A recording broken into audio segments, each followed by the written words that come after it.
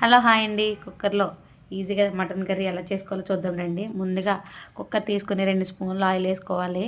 రెండు రెండు ఉల్లిపాయలు, 4 పచ్చిమిరపకాయలు కట్ చేసి వేసుకోవాలండి. అది ఫ్రై అయిన తర్వాత ముందుగా క్లీన్ చేసి పెట్టుకున్న మటన్ వేసుకోవాలి. వేసుకున్న తర్వాత అది ఒక 10 మినిట్స్ కుక్ చేసుకోవాలండి.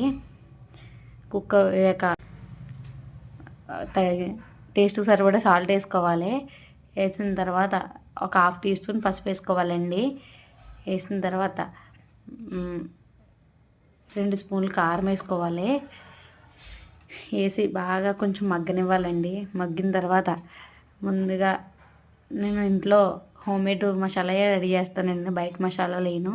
ఆ మసాలా ప్రిపేర్ చేసుకుని అది వేసుకోవాలి. అది వేసిన తర్వాత కర్రీకి బాగా పట్టేలా కలుపుకోవాలండి. కలిపిన తర్వాత ఒక గ్లాస్ వాటర్ వేసుకొని మూత పెట్టేసుకోవాలి.